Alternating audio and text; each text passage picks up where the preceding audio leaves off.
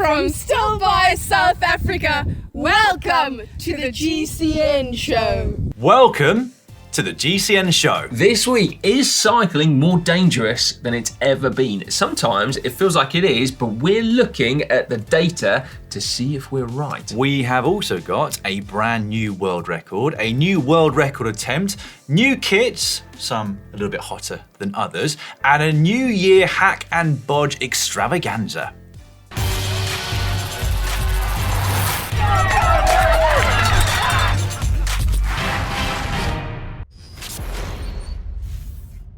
This week in the world of cycling, we learnt that Tom Pidcock is a showboater. But sometimes he pays for it. To be fair, mate, that crash was pretty darn stylish. I'd give him 9 out of 10 for that. It's all comparative though, isn't it? That in contrast to yours, which we would give a 1 out of 10. No, it happens the best, mate. Look at this. I'll give you that. We also learned that some of the pro teams have been releasing their brand new team kits for 2023. And while it's always a highlight for us to put our highly tuned fashion sense to very good use and critique said new kits, you are unfortunately going to have to wait for that, or maybe fortunately.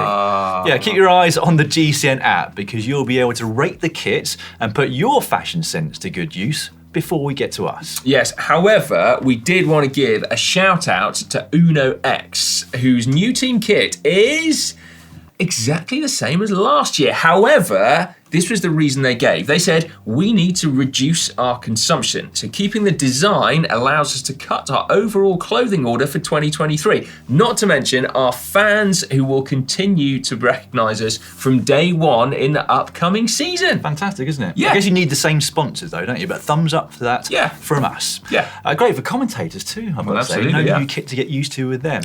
We also learned this week, bizarrely, in the Tiger newspaper, that cycling downhill has been banned in the Doi Inthanon National Park. Yeah, so this is apparently due to moist roads. And yes, we're not talking about downhill mountain biking clearly here, but road cycling. The reason given? Well, this came from the head of the park who said it's due to concern over riders' welfare. Cycling must be too dangerous. It is a shame because the roads look great. Look, check out this I found on Google Street View. You ever ridden in Thailand, Dan? I did once upon a time, as a matter of fact, Si. I won the final stage of the Tour de Siam 2006. Did you really? Yeah. Solo, arms aloft. Was the road slippery? Did everyone else fall off? No, and cycling downhill was not banned at that point, so I flew down there. Well, fantastic. Okay, now, maybe, right, the roads are really slippery in that national park, but the new rules also state that cycling without a support car is strictly forbidden as well. So the message is clear. Cycling is too dangerous. Maybe they saw the video clip of me riding around a grassy, slippery corner and snapping my twig ankle. But no, in all seriousness, it does sound rather bizarre, doesn't it? Maybe there's more to it than health and safety gone mad, but it did get us thinking about the dangers of cycling. Yes, so I see it all the time on Twitter, okay, I'm sure you do too. Cycling is dangerous. It's now too dangerous to ride on the road, it's too dangerous to ride without lights all through the day or without high vis, and often this kind of sentiment is coming from cyclists as well, isn't it? What's your take?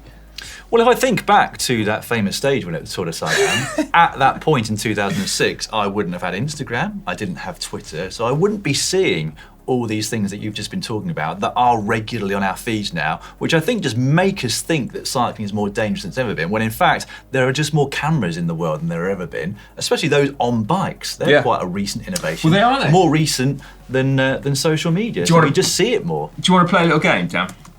Depends what it is. Okay, a cycling statistics game. Oh yes, Okay, well up for some stats. Right, hang on a minute, if I can just remember my password. Sorry, it's been a while. Okay, right. Bicycle magazine, ran an article just the other week about this. They quoted a paper from Johnson et al., published in the Journal of Orthopaedic Research, no less.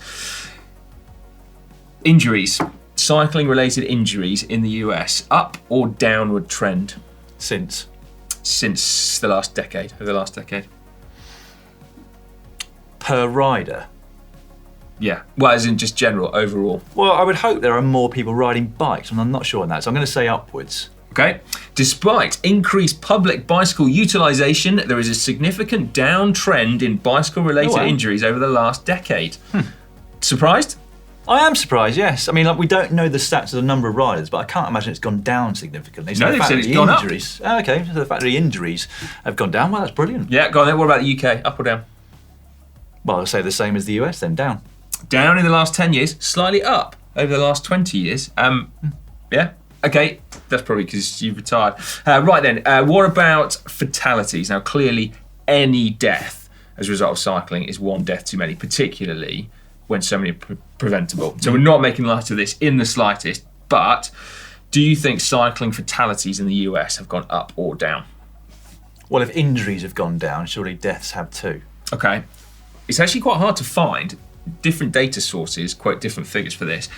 If you look at 2021 and 2020, up because of their increase, we imagine. Through the pandemic. Yeah.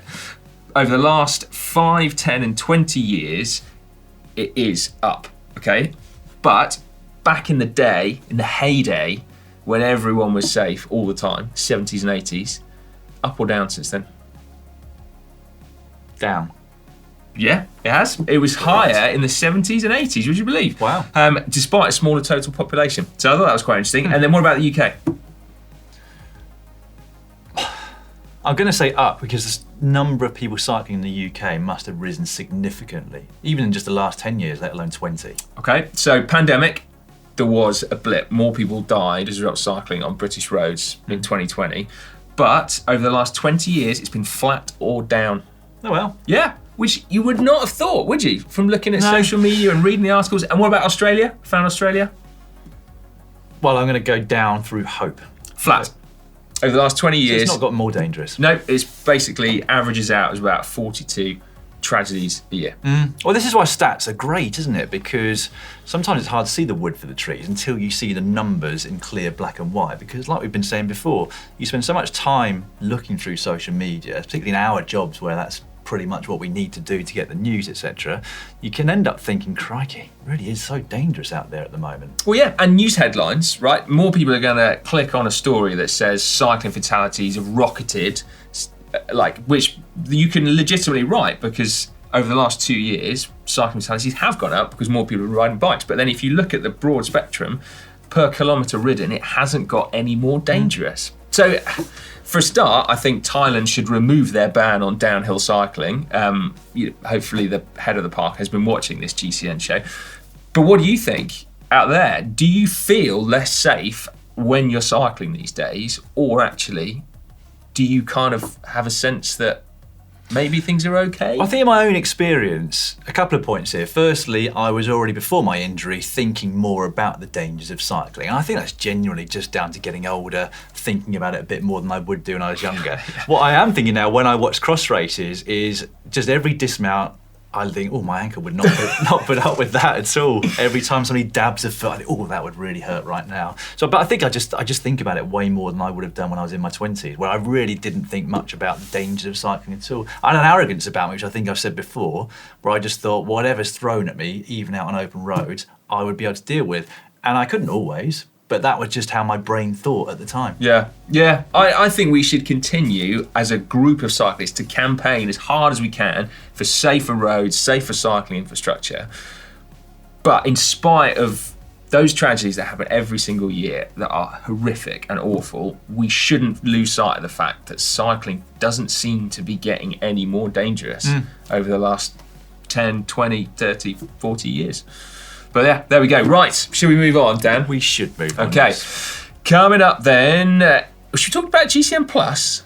Yes, now is a very, very good time of year to talk about GCN Plus because we should remind you that the first World Tour races of the 2023 season are now just 12 days away. If you're watching this on Tuesday. That's right, the Tours Down Under return this month. For the first time in 3 years, it's going to be our first opportunity to see all the new kits and bikes.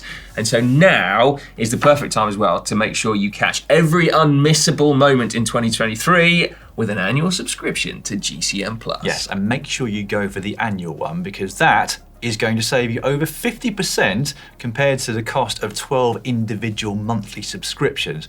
All of our coverage, as ever, is available both live and on demand.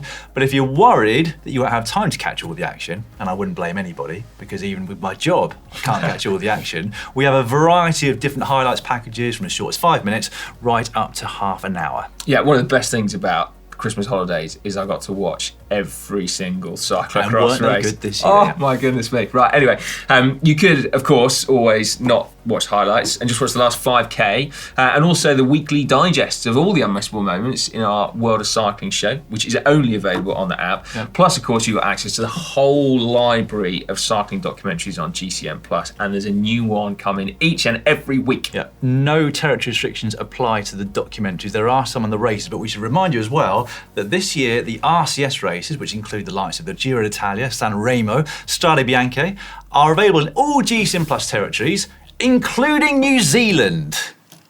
What? Yep. New Zealanders, you can watch the biggest Italian races this year. Woohoo! 2023 has started well. Excellent. I'm pleased for you New Zealanders. Right, click on the link in the description if you would like to set up a subscription for what will almost undoubtedly be a fantastic season of road, mountain bike, track and cyclocross. And if you'd like to hear more about the mountain bike coverage, I'm sure GMBN will be informing you soon.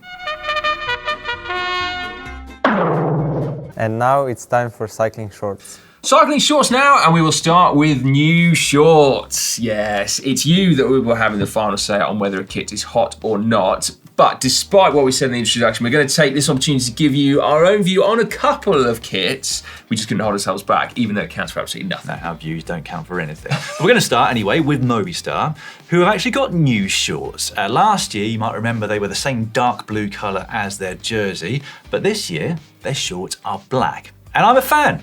As I'm old, I'm also old school, and black shorts look so traditionally, classically good, don't they? They do, but I love navy blue shorts. Yeah. Love them. Yeah, except... Well, it's hot from me. And it's a hot from me as well, but I like navy blue shorts, as long as you don't pair navy blue shorts with black leg warmers. No. So that is a problem. Anyway, EqualX, as mentioned earlier, haven't changed their kit at all. But what do we think of the design, Dan? Well, as you mentioned earlier, on a positive note, they will be instantly recognisable right from the very start of the season, won't they? They will. On a negative note, I'm not a fan of that kit, personally. Are you not? No. Oh, I quite like it. We'll see how people vote on the app, of course, so get stuck in. Finally, until the big hot or not reveal in a few weeks, Lotto Destiny? Destiny, yes. Yeah, okay, no Taking longer the a vowels world out. tour team, of course, but still a legendary team. Legendary kit? No. No, I'd agree. I mean, I realise that the sponsors probably have contrasting colours, but it's made for a messy looking jersey, Yeah, in my not the opinion. best, is it? Yeah, right, moving on, and it seems we may be in for a new world hour record attempt in the not too distant future. That is correct. So Italian Vittorio Bussi held the hour record for 3 years until it was finally broken by Joss Loudon. The latest benchmark, of course, was set last year by time trialling legend Ellen van Dijk, but Bussi wants to claim it back and is currently crowdfunding in order to go for her attempt. Yeah, it's not cheap, is it? In fact, it's very expensive to have an attempt at the world hour record with the velodrome hire, the preparation, and the compulsory live streaming, which is a weird one. Bussi is not a professional rider either, but rather a mathematician with a PhD from Oxford University, who also just happens to cycle very fast as a hobby. And that means she doesn't have the financial backing of a pro team. And therefore, she is hoping to raise €10,000 through GoFundMe, and it would be absolutely amazing to see her reach that target so that she can take on the hour record. And her stated aim for that hour record is to be the first woman in history to ride farther than 50 kilometres. We'll leave a link to the funding page in the description just below this video. That would be cool, wouldn't it? Yeah. Talking of records, one for cycling around the world on a tandem has been obliterated by Steve Massey and Laura Massey-Pugh. In covering the 18,000 miles in 180 days, they beat the previous record by 83 days, finishing on December the 1st back in Derby in the UK, which is where they're from. Congratulations to both of them. That's quite the record, isn't it? Yeah, it sounds like a challenge for Hank, doesn't it? Well, it could be, but who's he going to do it with? No one. Just Hank on a tandem on his own. Imagine that. That's a very good idea. So, in fact, I'll let Hank know when I see him, after, of course, wishing him a very happy new year, because I've not seen him yet. No, that's right. Right, we shall finish Cycling Shorts with a reminder about our own 30 in 30 challenge. So 30 minutes a day for 30 days. 30 minutes of exercise, we should say, shouldn't we, really? How far have you got with that, Dan? Well, I haven't done much exercise in New Year just yet, so I guess that means I've already failed. But I will definitely be joining for a few of the presenter-led rides now that I'm back riding indoors. I smashed out close to 3 watts per kilo just the other day. Did you? Before How long for? 20 minutes. My word, that's not far off your pro days, is it? That's I've heard that's what you did for the Tour of Siam. Yes, Is it Siam? Final stage. Yeah, 3 watts per kilo for 20 minutes. So no breakaway. Anyway, well done to all of you who have completed all the rides so far, or any exercise, apart from golf. We drew a line at golf, but basically just 30 minutes of exercise for 30 days. And if you didn't do January the 1st or January the 2nd, I don't think that matters. You just carry it on. There's an extra day in January anyway. It's 31, so just do it on the 1st of Feb. Finish it off then. Yeah. So yeah, everyone is welcome. Just crack on, get stuck in. Yeah, like I said, my aim is to join quite a few of the rides. Don't really know what happened for the first 2 days of the year, but I will be on it. Yeah, and remember as well, because we've got 2 GCN Club rides on Zwift. So you don't have to do it on Zwift, but you can ride as part of the GCN Club. There's 2 a day, I think, aren't there? So you can choose a time of day which suits you. And one of those will be led by someone from GCN. So presenters, I forget when mine is. Mine's going to be gruesomely hard. Is it? Yeah, well, it I is. won't be on that one. Oh, come on, mate. 3 watts per kilo, you'll smash it. Yeah, I might do it for a minute and then just cruise around on my own. It is time now for the first hacks / bodges of 2023. Let's hope we get off to a good start, shall we? Lenarth, pressure's on you. Replacement inner tube had a loose valve core. I feel your pain, actually. So the pressure's not on him. No, hey, but anyway, so basically, if this hasn't happened to you yet, it will do. But for some reason, Presta inner tube valves you can remove the valve core. Now, for tubeless, this is amazing. So you can put your sealant in. But on an inner tube, what is the point? And it can mean that on some pumps, you unscrew your pump head and the whole inner tube comes apart, and all of that pressure that you've just put in there pours out in a rush. Which is even more frustrating when you've put that pressure in with a mini pump. Exactly, yes. To the best of my knowledge, they've always been removable, Presta valves. Why?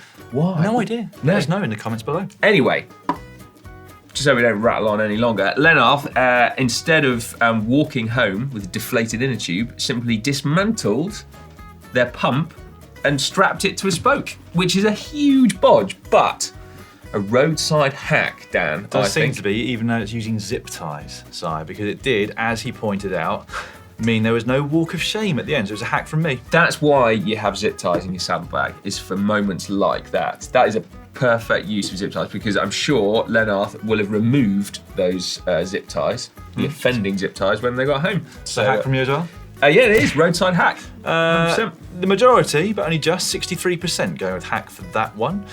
Brew Henry has used an old inner tube to fix the warm undertow section of his trusty overshoes. Hack. Got a good few more rides left in them yet. Yeah, that looks brilliant, doesn't it? I mean, that always happens to overshoes, particularly when you start using them off-road, in my experience. So if you can continue using them like that, brilliant.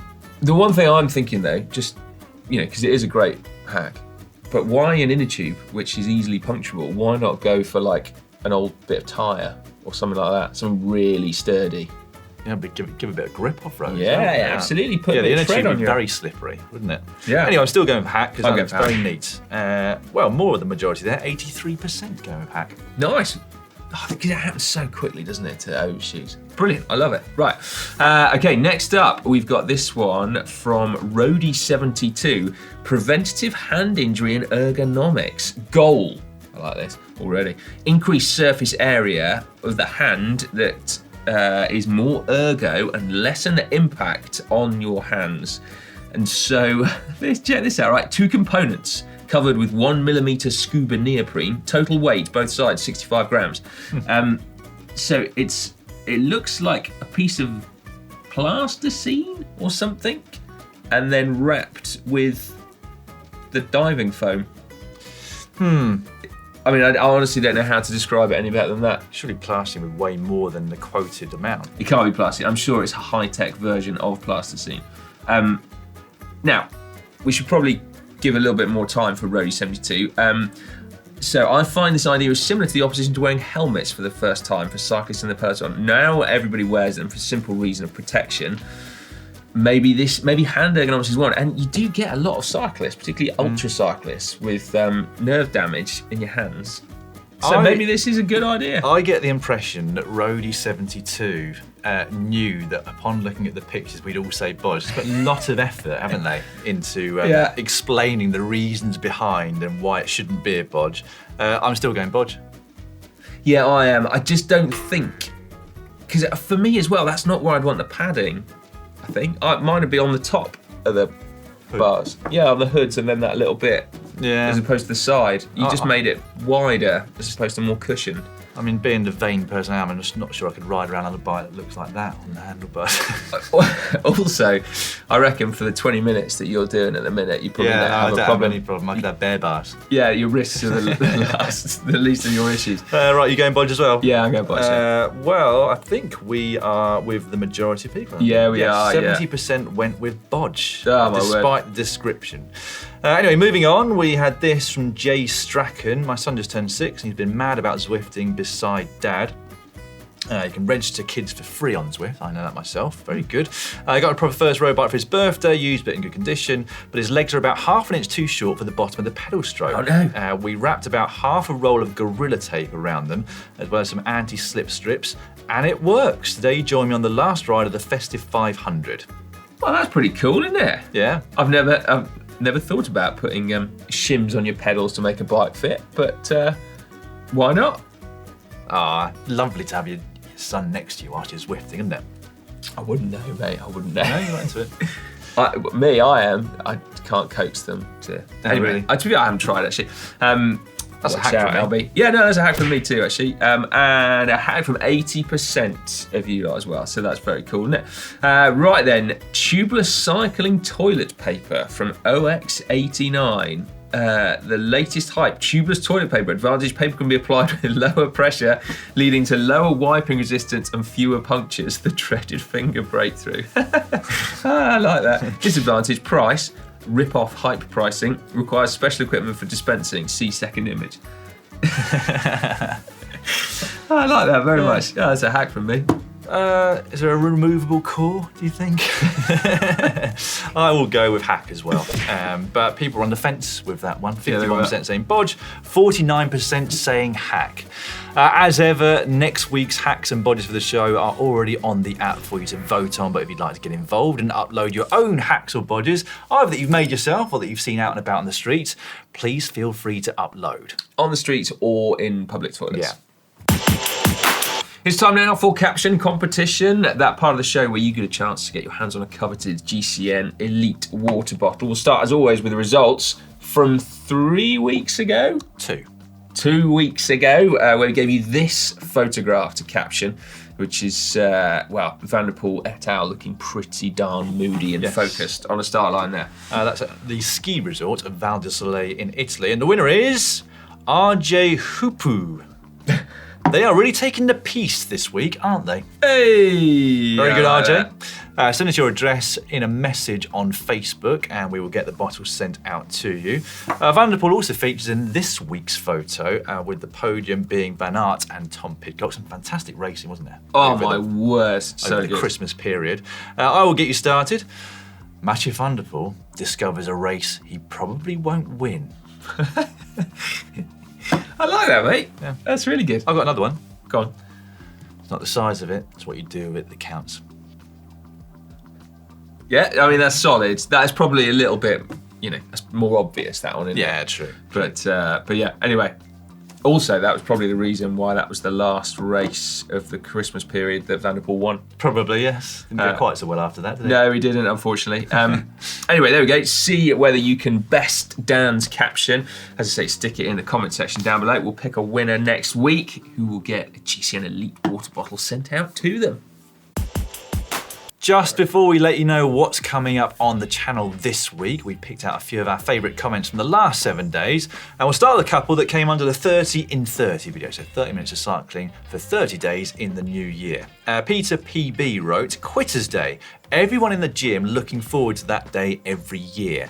And I'm not sure whether Peter means that it's the regular gym goers who can't wait for Quitters Day, so that all these newbies that are making things extra busy are no longer there. Oh, I didn't think of it like that. When I read it, I thought it meant everyone is looking forward to the day where they can give up their New Year's resolutions. Yeah, because it's like, well, I've made it as far as Quitters Day, so I'm as good as everyone else. Yeah. What is Who it? knows? 2 weeks, I think you've got, haven't you, before you can oh. give up? Yeah, I'm pretty sure it's like, mid-January at some point. Anyway, so you haven't got long to wait, mate. No, not too long. Whilst Ian Simpson wrote in saying, brilliant guys, thanks for the challenge, I'm doing it. Yes! Broke my neck in a cycling accident back in July, put on some weight and lost a bit of motivation since getting the halo removed and starting my recovery, and this is the kick that I need.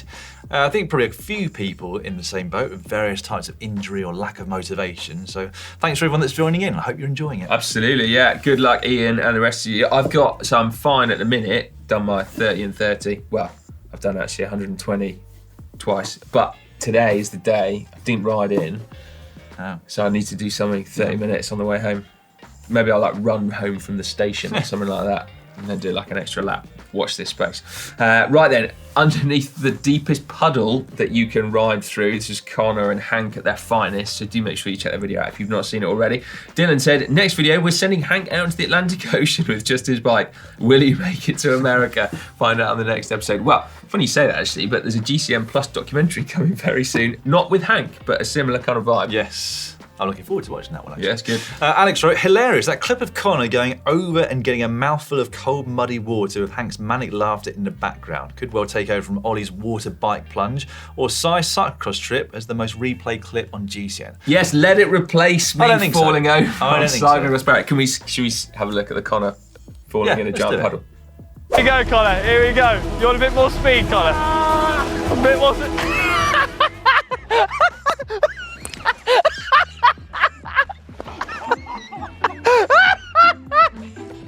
Connor, you meant to ride. You meant to ride. Connor, you meant to ride. I drunk it. Oh, maybe it will. Yeah, maybe that will get replayed quite a few times. And then finally, Stephen Turk said, coming soon on GCN Tech, Alex shows us how to replace bearings in bottom brackets, head sets and wheel hubs using Connor's Pinarello to demonstrate the process. You joke, but that is exactly what is coming to GCN Tech soon, is how to breathe new life into a bike that's been submerged. Right, did you check out Hank's Dawn to Dusk challenge? Because that is well worth a watch. John F said the most impressive thing about this video is that you managed to find an open bike shop 45 minutes after sunrise. Yes, that's how late sun rises in the UK in the depths of winter, isn't it? Yeah. Whilst Jeremy Pritchard put, great bunny hop over the cattle grid, Hank. Looked deadly. The cattle grid, skills, isn't he? Well, the cattle grid didn't look deadly, the bunny hop did. Oh, did it? Yeah, it was a proper, like, you know, just pull up with your pedals job, and he kind of like sent it nose first over the cattle grid. Yeah, no, it was a bit sketchy. A bit like Tadej Pogacar's bunny hop over the barriers. Yes, I noticed that. Yes, on social media if you'd like to have a look for it. But that was heavily critiqued by one of our commentators, Jens Decker, former junior world cyclocross champion. Oh, was it? Yeah, so no technique there at all. No technique, and also, because someone unsurprisingly sent it to me on Twitter, they were tiny planks. Well, I did think they were like little curbs. Yeah, I sort of thought that given how small they were, that might have been the best technique. You don't want to be doing the whole like this over those, do you? Just glide over them. Yeah. Might not look like it should, but still. Anyway, we're really withering on here at the moment. Yeah. Tadej Pogacar and Hank, the only thing they've got in common is the technique. But there we go. We also had a whole host of comments under the show last week where we told you that we're 10 years old at GCN. Loads of you that have been there right from the very beginning. So thank you very much. Absolutely, a medal for your endurance, and hopefully you'll be here for 10 years longer yet. Right, on to this week's content then. And first up tomorrow, Wednesday, it's New Year, New Fitter You. So some tips from us at GCN on how you can start the new year on the right foot and get yourself bike fit. And on Thursday, 5 weight loss mistakes. Lots of people are looking to turn a leaf in the new year, aren't they, and lose some weight with it. So don't make the mistakes that some of us have in the past. Yeah, and then on Friday, Alex has got a very exciting little project for January. He has entered the UK Track National Championships for the individual pursuit event, and he is training hard for it. But of course, he's time crunched, so he's created a video for us showing how he's getting on, basically. But I'm impressed. Yeah. Good event to go for, isn't it? A What, 5-minute event if you're time crunched, I'd imagine. Well, if he's doing it in 5 minutes, he's got no hope. Well, no, that's what my estimate is. You reckon you could do an individual pursuit in 5 minutes at the minute? I don't Me? think you could. Yeah. No. 7? 8? I've got no idea. Yeah. What would 8? 4 minutes is 30 k's an hour. Yeah, 8 minutes. 8 minute individual pursuit. Like this video if you'd like to see Dan take to the velodrome and do an 8 minute individual pursuit. Right, anyway, check that one out. Also, speaking of Alex, he's heading out to the Tour Down Under as well, which we're all super excited about. So if you live in or around Adelaide, make sure you keep your eyes peeled for Alex Payne, who's coming to see you, basically. And then also another heads up to Sunday's vid as well. Pro on a budget bike versus amateur on a cheap bike. No, hang on a minute. Pro on a budget bike versus amateur on a pro bike. I think that's what I meant to say. Sorry. Ollie went out to the Astana team camp and basically managed to persuade Ian Boswell to ride our Amazon bike. Joe Dombrowski, wasn't it? Good Again, point. there's all kinds of wrong at the moment, aren't we? Anyway, it's going to be a cracking video. It is. That's a bit of a slip, isn't it? For some reason, I've lumped them in the same I always lump category. them in the same place because they both started at Team Sky. That's right, and they like lived the promising neo-pros. That's right, and they lived in Nice. That's right, yeah. It's a genuine mistake to make, I think. It is a genuine mistake. Anyway, apologies, Joe. But yeah, Ollie raced him up the Col de Rats, so that's going to be excellent. Meanwhile, over on GCN Plus, a whole host of cyclocross racing this week. There's one on today, I think it is, if you're watching this on a Tuesday. We've got a total of 4 this week, including the famous Zonhoven. Oh, Zonhoven. I think that's on Saturday, but you'll have to check. But we've also got some road racing this week. The Australian National Championships. That's available everywhere except for Australia, because the host broadcasters have it exclusively there. But you get to feast your eyes on some top-level road riders. We've got the likes of Rachel Neylan, Amanda Spratt, and defending champion on the women's side, Caleb Ewan. Michael Matthews doing it for the first time since 2014. No way, that's cool, isn't it? Side. I think Zonhoven's Sunday. It's the 8th. Is it Sunday? Yeah, because I had a look on the app just yesterday. Right, okay. Hopefully, Dan, we'll have brushed off the cobwebs for next week. Yes. Be a little bit smoother. Get our names correct. That's right. Types Apologies. of bikes correct. Apologies, Joe, again, for that one. But anyway, there we go. Right. That's all for the GCN show for this week. Thank you very much for watching. As always, please give it a like if you enjoyed it, and we'll see you next week.